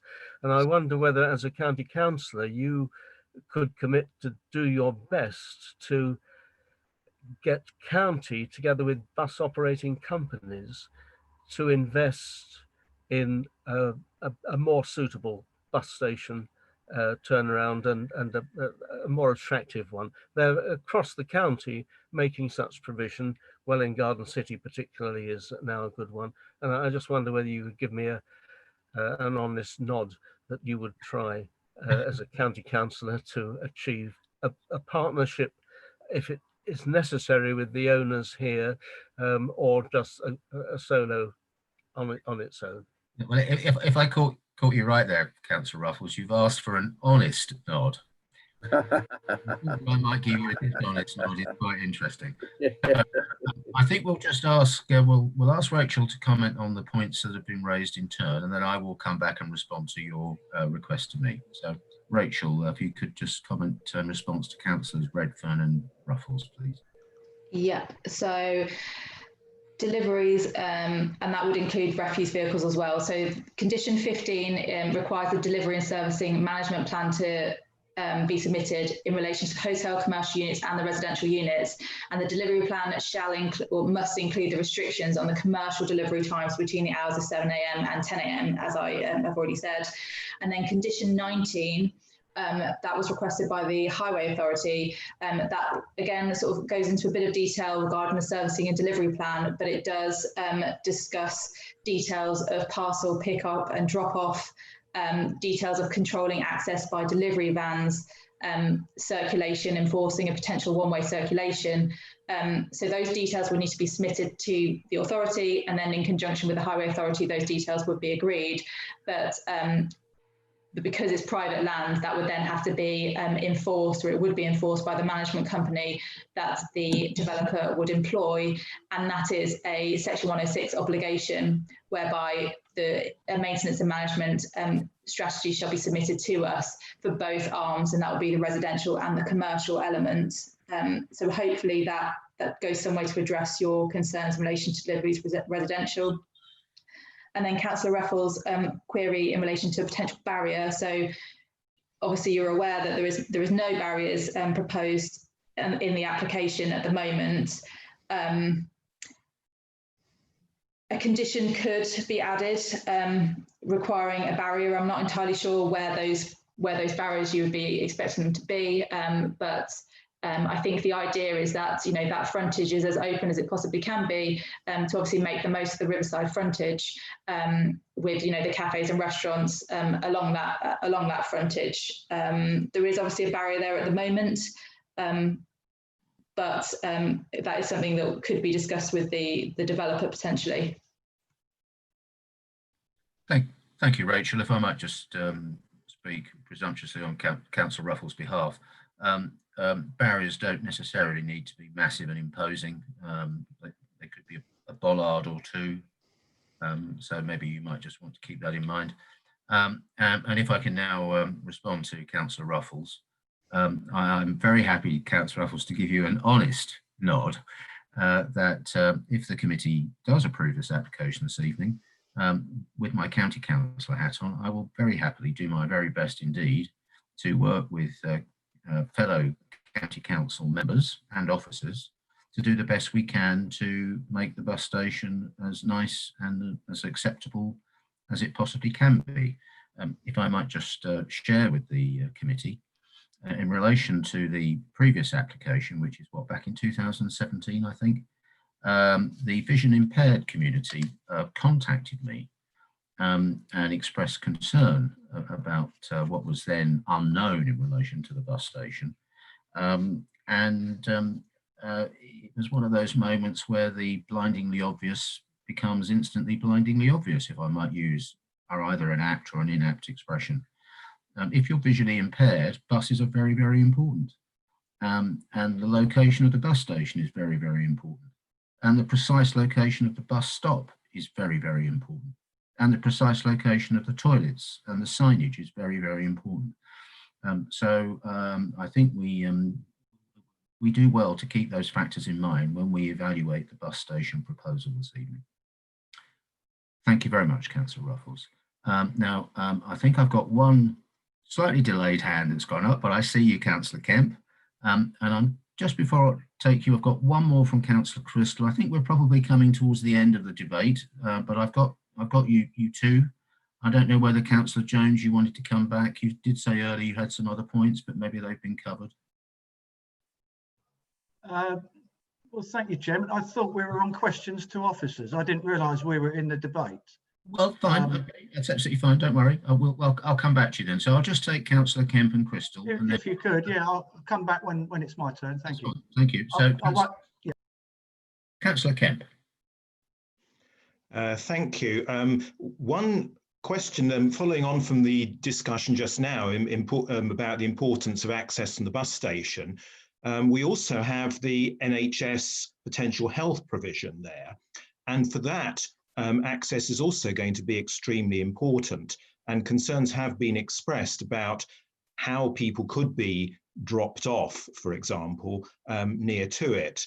I believe that there isn't anything in the plans at the moment, but I would like to ask how this has been considered, what possibilities would be there, and to urge the developers and highways to find some way in which some sort of short-term drop-off could be arranged, because obviously for sick or immobile people, the walking distance should be made as short as possible.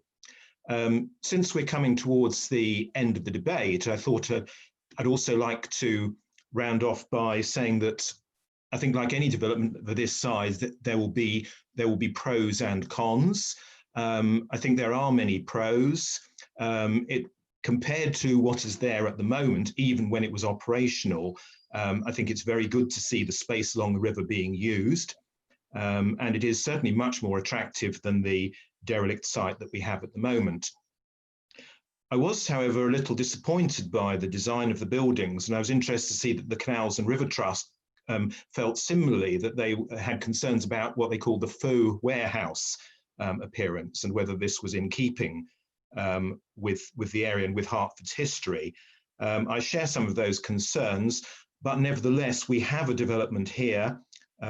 We have one that has been put forward. We're very pleased to see that Chase New Homes have taken over the site, when there was certainly a fear when Wrenbridge pulled out that it could be left derelict for a considerable time. And therefore, I certainly don't feel that any personal aesthetic considerations should stand in the way of letting this development go forward. Thank you. Thank you very much, Councillor. Councillor Crystal. Thank you, Mr. Chairman.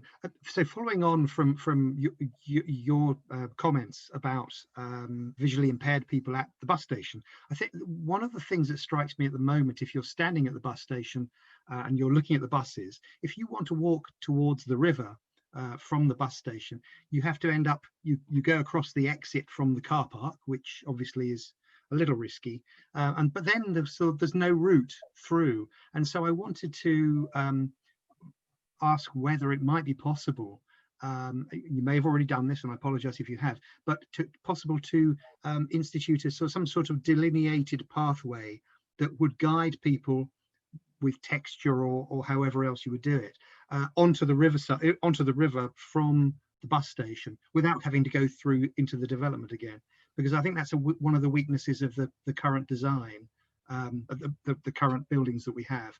I wonder if you can do that in a safe way that doesn't impact on the 2 parking spaces and the access. That was one question. And the other one was really to do with the residents on Folly Island who have commented about the lack of privacy, the loss of privacy. And I wondered whether there might be an opportunity to offer them through maybe a condition, low trees for planting along their frontage, if that would provide screening to help them handle the new situation. Thanks. Thank you, Councillor Crystal. Rachel, I just feel obliged to say to you that when Councillor Crystal is suggesting we might provide some form of markings to guide vision impaired people onto the river, I think he probably means alongside the river, but let's see what you've got to say about that. Right, so if I just cover Councillor Kemp's point in relation to a potential drop-off, there isn't a drop-off, as you're aware. I think you're going to be limited because of where the site is and the constraints with the existing built form already there in the bus station. So there is potential that there could be conflict, but that is something that I can discuss with the developer to see if there could be any potential arrangements. And then in relation to the delineation of the pathway, so I think if I'm correct, it's from when you're at the bus station, crossing sort of where the exit to the car park is, across towards the river, and then obviously along the river frontage. So there is a condition that has been added or was already there, but it is a safety audit at condition 21, I believe. So I think at that stage, details would be submitted to the council, and then in conjunction with the Highway Authority, they would review those details in the hope that obviously the safety audit can be addressed and suitable access can be gained. So I think that is probably covered.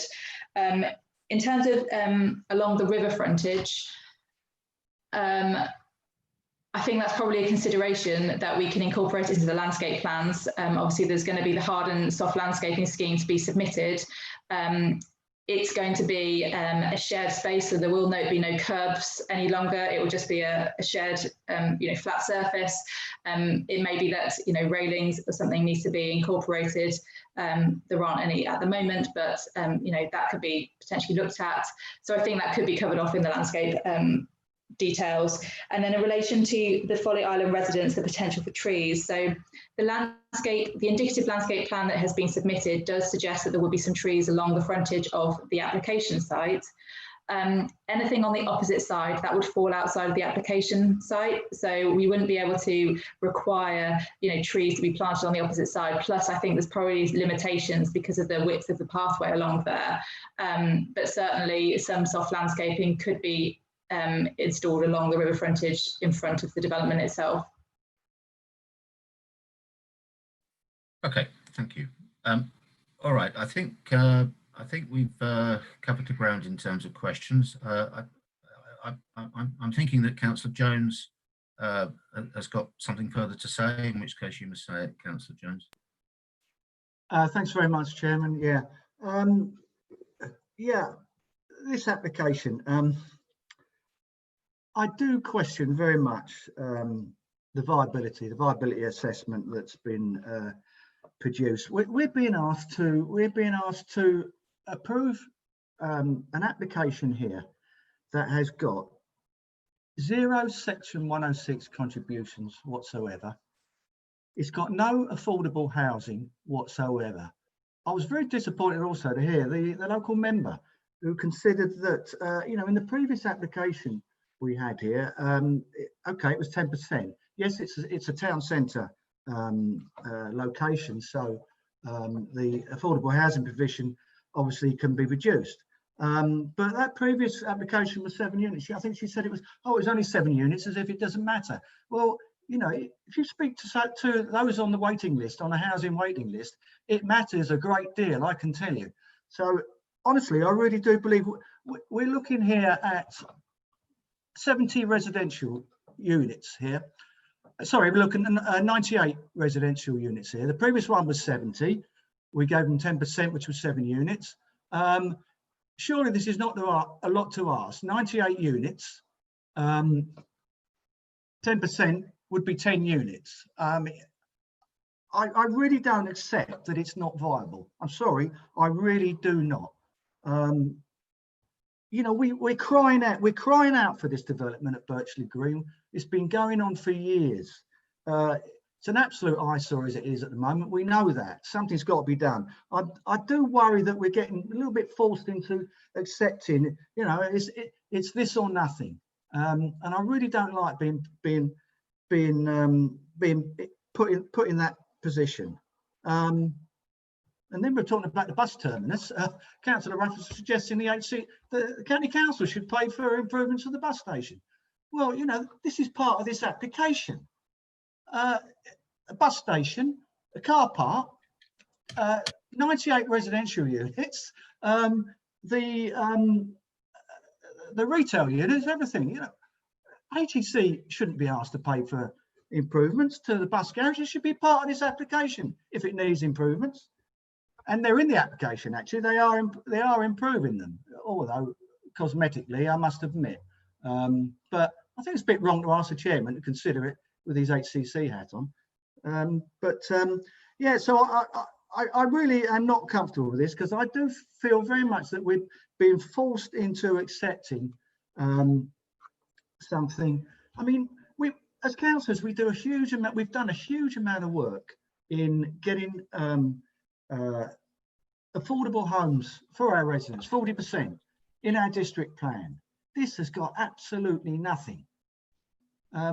We work hard to get Section 106 contributions. I mean, the NHS contribution there that they're requesting, what are they getting? Nothing. And they're going to be the first tenants in that place, possibly. So how about that for the developer?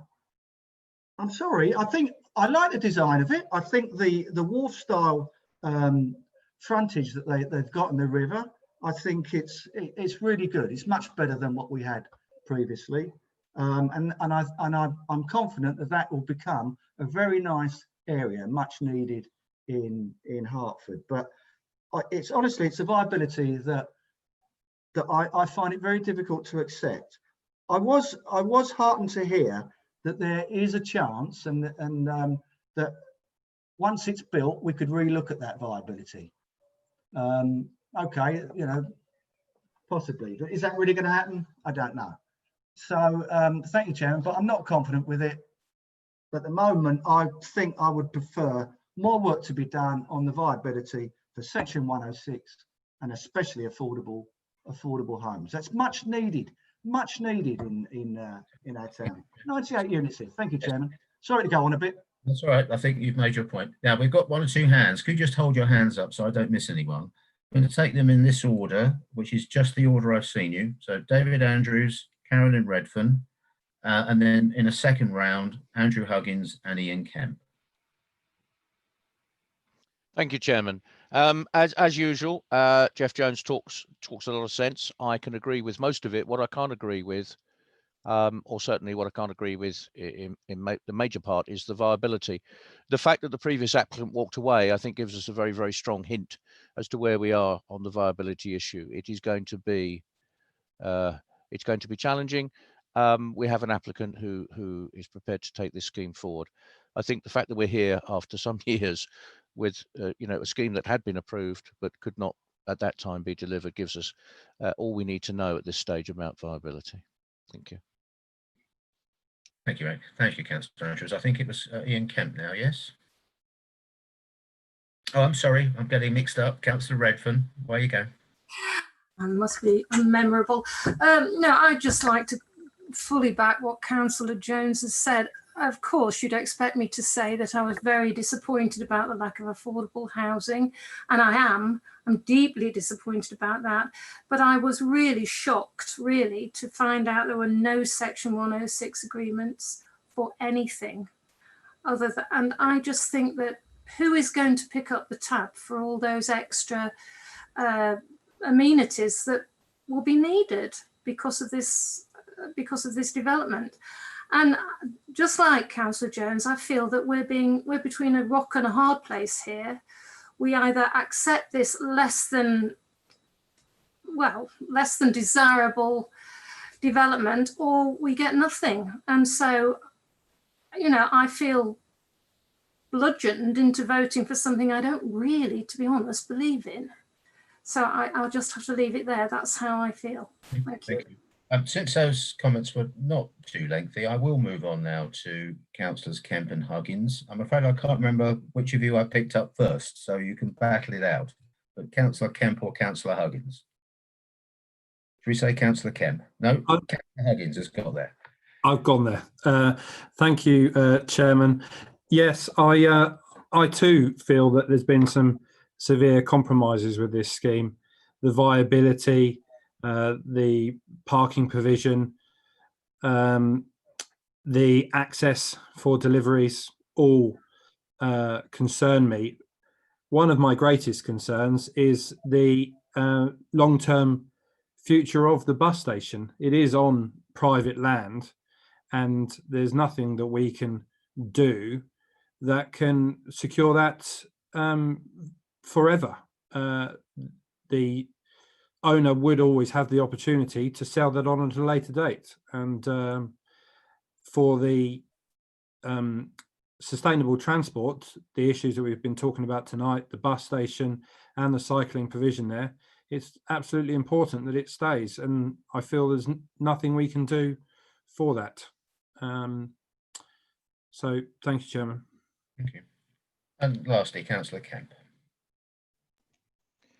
Yes, I'd like to support the point made by Councillor Andrews about viability. I think the council acted very properly in commissioning an independent financial viability assessment, which came to the conclusion that the scheme indeed was not viable. We all, I think, as councillors and as a council have strongly supported the 40% affordable housing provision, the request for Section 106 funding on a wide variety of schemes. And it's something we're disappointed not to see in this case.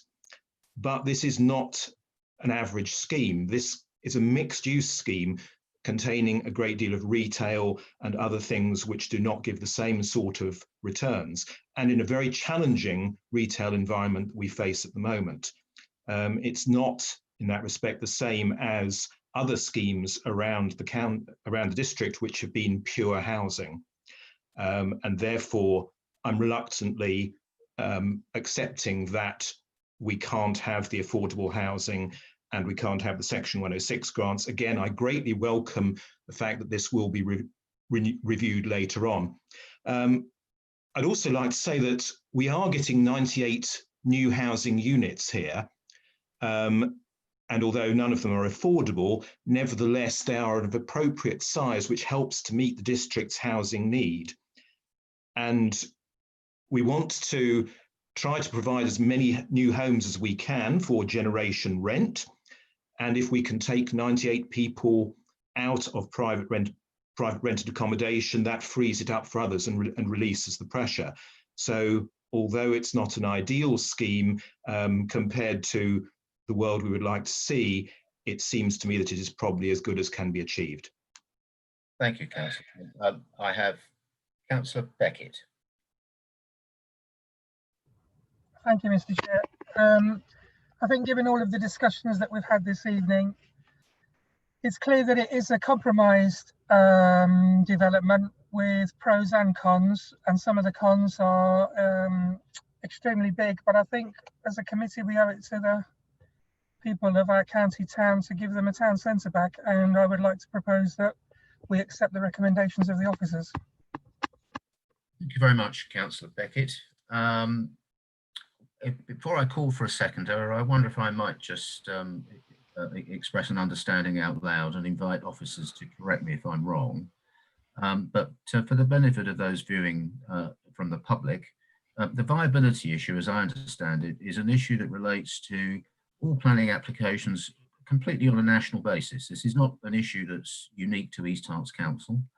And as I further understand it, and Councillor Kemp, I think, has made reference to this, in this particular matter, we have taken external, wholly independent advice on valuation, and that advice is that the scheme with 106 and or with affordable would not be viable. And would I be right to understand that the independent advisors, as Councillor Andrews has mentioned, have been perfectly mindful that the previous owners of this site gave up on it because they couldn't make it viable? I don't know whether there's an officer that would like to comment on that. David Snell has his hand up. I can't hear you, David. You're muted, I think, still. Still muted.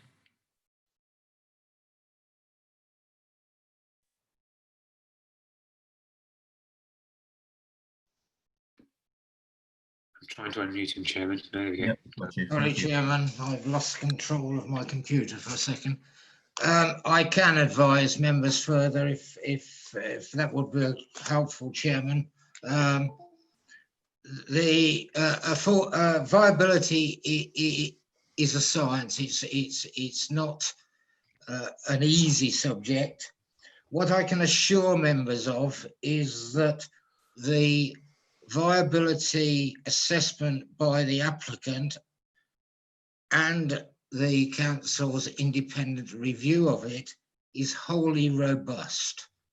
The consultant that was appointed to review the scheme is very familiar with the Hertford situation.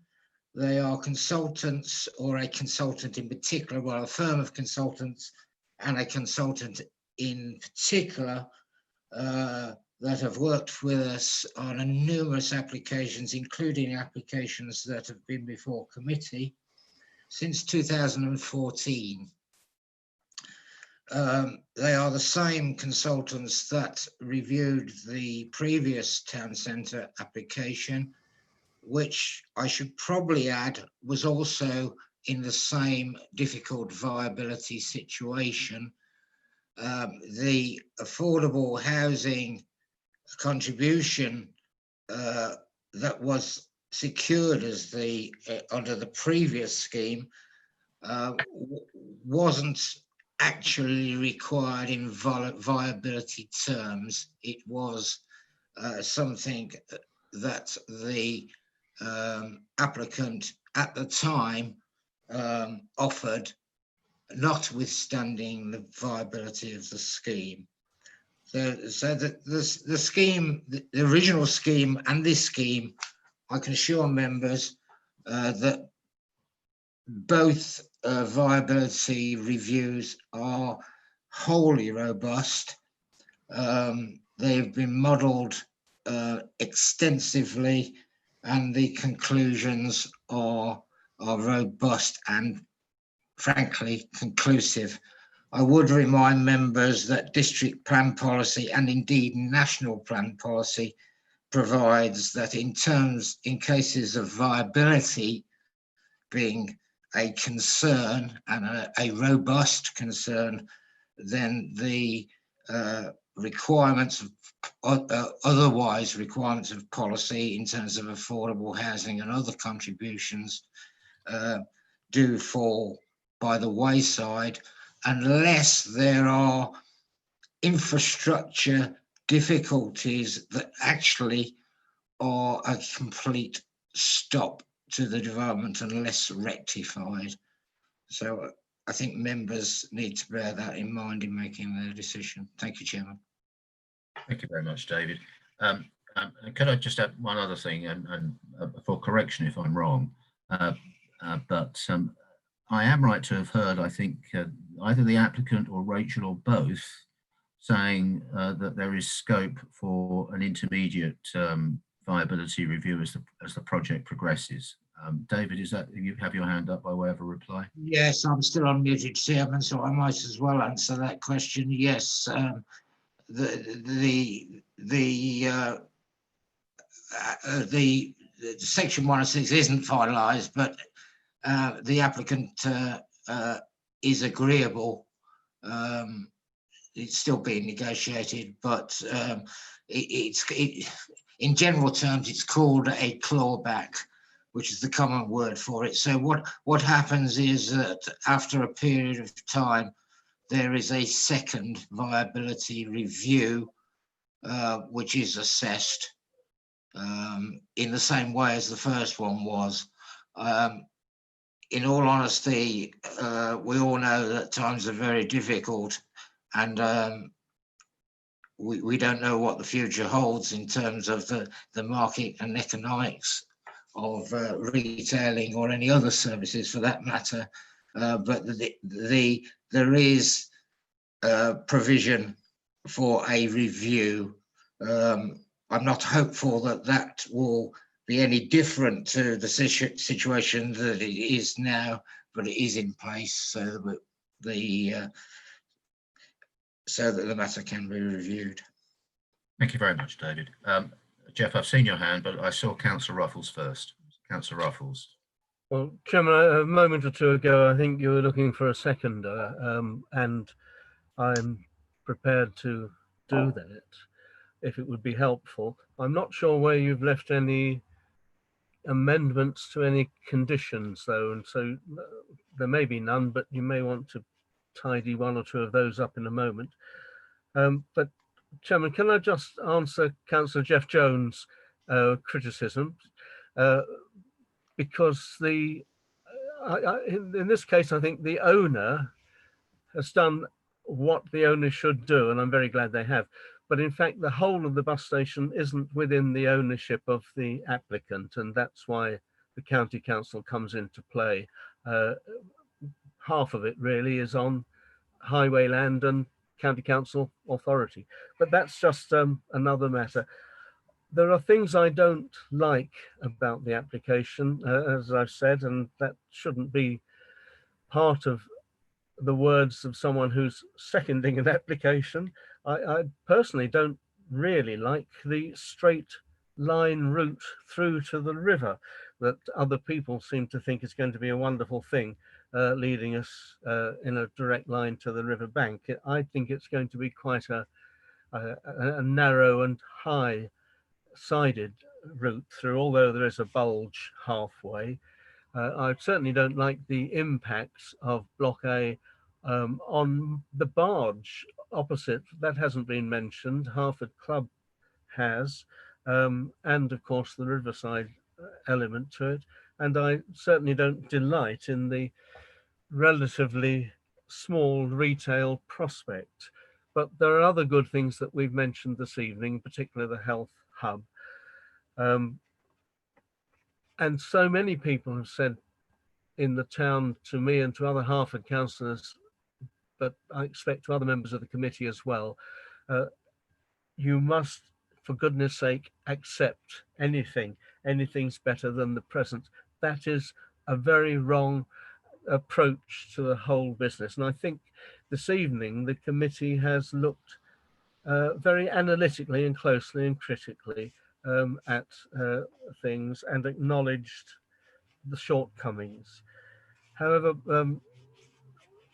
what I've heard this evening, which has been the key thing to be listening for since the Civic Society's particularly important contribution at the beginning of this debate, I'm sure I must accept the properly investigated independently economics around the site, and the one statement that's been said simply by Councillor Andrews and others, that we've had the demonstration of the tightness by the action of the previous successful applicant. And the economic climate we have will be with us for some time ahead. But Chairman, the whole scheme is EHDC policy compliant. It's HUD's, Harford Urban Design Strategy compliant. Paragraph 8.13 is a critical caution for all of us about those viabilities. And the hotel element, which we haven't heard much about this evening, paragraph 8.29, is not dissimilar really to the one that has already been approved.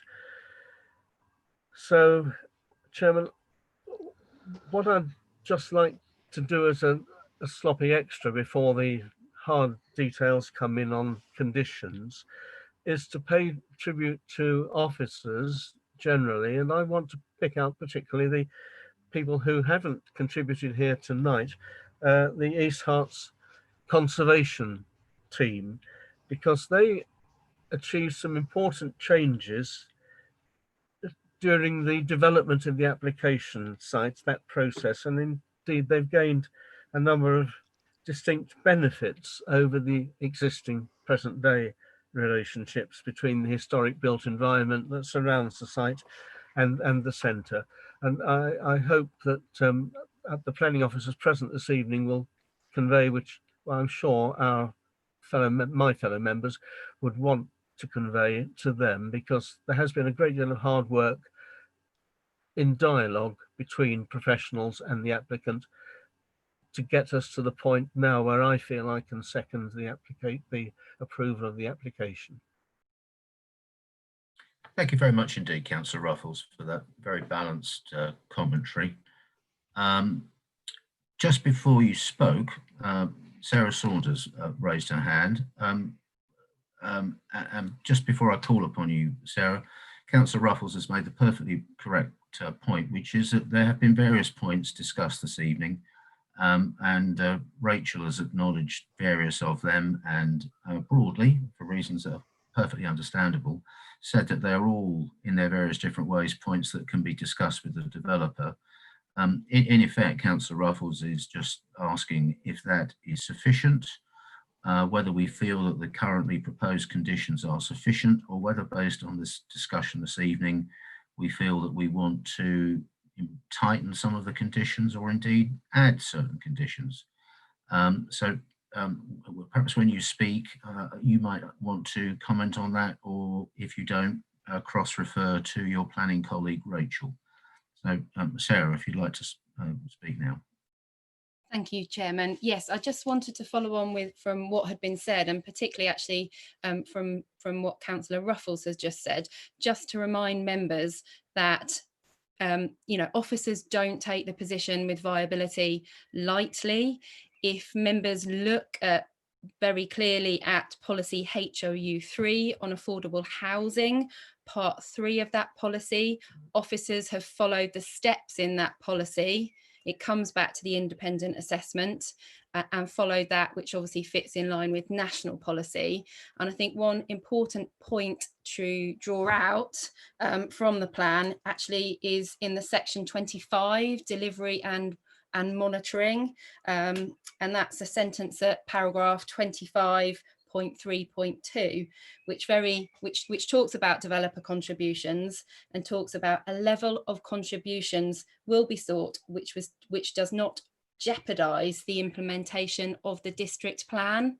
And that brings us back to policy Hart 7, which is key, which relates back to HUDs and the importance of this site being a key site within Hertford and for the town centre, and not just having benefit locally, but for the district as a whole, for people that use Hertford and the town centre as part of their daily lives. And I think that probably then takes me back to the conclusion in Rachel's report, particularly at 9.7, which obviously does set out the conclusion and the planning balance, and talks about the significant planning benefits and the balance, and how those planning benefits outweigh some of the harm that has been talked about tonight. So I just wanted to kind of touch base on what had been said already, and just draw members' attention back to the policy position and the steps that we have taken in assessing this application. I will refer on to Rachel if there's anything more specific in relation to conditions. Yes, if I might just interject, thank you, Sarah. If I might just interject there, Rachel, as I've been tracking the debate, the things that seem to have come up that we just need to be sure are covered by the proposed conditions or would be added are things like future proofing for electric charging points, cycle parking broadly has been discussed. I think landscaping has been an issue that's been discussed, and the question of, I think we're not going to use the word moorings, stops on the river, that's also been discussed. If you feel that the proposed conditions are already sufficient to cover all those points, and you obviously know what those points were, do please say. If you feel they need to be improved, then equally do please say.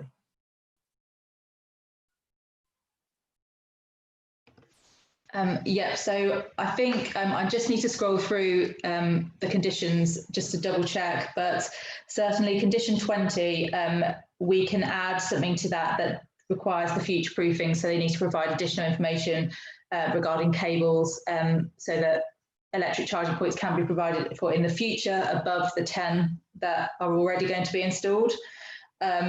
If you could just give me a couple of minutes, I'm just going to look at the cycle parking conditions, the landscaping condition, because it might be that we can include the details about bollards for restrictions and things like that. And then I need to check the mooring or the stops along the river. So if you can just bear with me, I'd be grateful. Okay, I've got David Snell's hand has gone up. I'm just going to come back to Councillor Jones. Yes, I thought I saw your hand a few minutes ago, Councillor Jones. Maybe if we might, David, perhaps we'll let Councillor Jones speak now, and then we'll come back to you, and then hopefully Rachel can round things off. So Councillor Jones. Yeah, thank you, Chairman. Yeah, it was in response to the viability when David Snell gave a very good explanation of that. I just wanted to say that I wasn't questioning the competence of the viability, if you like, the figures, etc., or from what the company that was commissioned to do it. I wasn't questioning it at all. What I was questioning is that obviously in that assessment, it was proven that okay, so it wasn't viable to produce this to get a profit out of it. So to make it viable, this is how I see it. The developer has added in, is taken out the affordable home provision and all of the Section 106 to make it profitable. So that's the way I see it. My question is, why could they not look elsewhere for savings to make the project viable? I mean, they're putting an extra 28 units from the Renbridge application that we'd approved. You know, so I'm sorry, but I'm not a developer. I'm not going to tell them where you make your savings, but I would not want it to be seen, the savings to come, as I've said before, on affordable housing and okay. I think it's okay, I think we do understand your point, Councillor Jones. Yeah, affordable housing in Section 106. And so, Chairman, just to finish, so I will be voting for a deferment because I really do believe that more work could be done to get, and also, sorry, just one more point, picking up on Dear Peter's comments. He said anything is better than what's there now. I'm sorry, I don't accept that. I think, Peter, you've just written the Mercury's headlines tomorrow. I'm sorry, I do not accept that. Chairman, I'll be voting to defer because I do believe more work can be done. Hang on, just one at a time. If I said that was an error. People are saying that. I don't agree, and the committee hasn't agreed this evening. So that's a. I take it. I didn't think I said it, but if I did, I didn't mean it. Well, that's how it came across, and I think we got exactly the same from the local member as well. Let's leave that point there. Thank you. David Snell, and then we'll get to Rachel. Yes, thank you, Chairman. I just wanted to say about conditions. The recommendation is that the conditions under the legal agreement finalisation is delegated to officers. On the points that you have, members have raised, they have been noted by officers. They will be minuted, and in our finalisation of the conditions, we can look at those matters if they are not already addressed. Thank you, David. Rachel, if you want to add to that, of course, do. But if you're I've just had a look through, and I think generally we've covered all the points that the councillors have raised. The landscaping condition at number 39 does say mooring points, but that could be changed to stops if councillors wanted it to be. And riverside railings have also been included if needed, and any other means of enclosure. And then, of course, the cycle parking is a condition already, and then the charging points we can add some additional detail to that also. Okay, thank you. Now then, just seeing Councillor Andrews' hand go up. We must be very, very near the end of the debate now, but let's take Councillor Andrews, please. You're muted, David. Forgive me, too many buttons. Yeah, on the question of mooring points, just to return to that, a mooring point is perfectly acceptable. That is exactly, it's perfectly accurate. It is a point around which you pass a rope or some other method of keeping your vessel alongside. That's fine.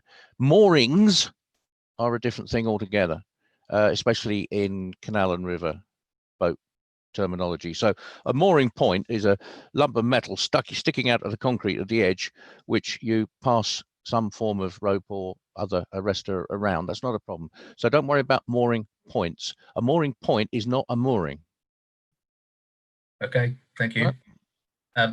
Right, moving towards the end of the discussion, I've got Sarah and I think Councillor Beckett. Did you put your hand up again?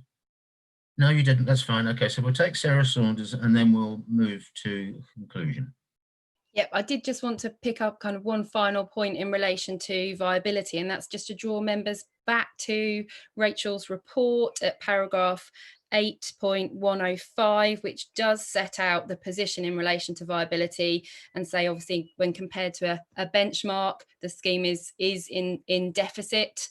And then as part of the late representations, Rachel has pointed out as part of the process with the application, there were some amendments that were consulted on. Those amendments have fed back into the viability work, and the scheme is in, there's further viability issues. So I just wanted to point that out. And alongside that, it talks about the sensitivity testing that has been done as part of that viability work.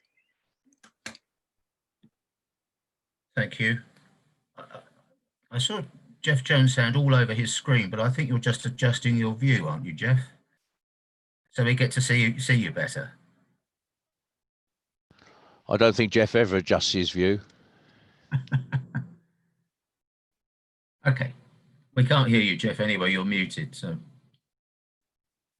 And you're still you're muted, Jeff. Maybe the best way. Yeah, indeed, yeah. You need to unmute, Jeff. I'm trying to do, there we go. Is that better? Yeah, I'm taking it that you have no further comments, because we've certainly understood your position so far.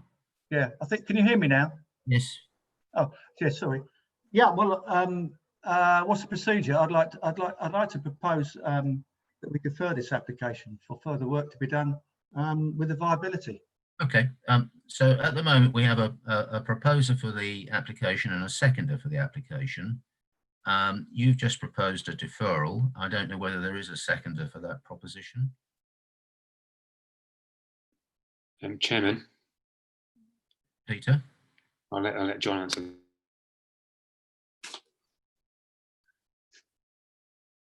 Sorry, I haven't seen a seconder for the Councillor Jones proposal. Thank you, John, very much, nor me. So, Councillor Jones, we understand where you're coming from, but you did not get a seconder for your proposal.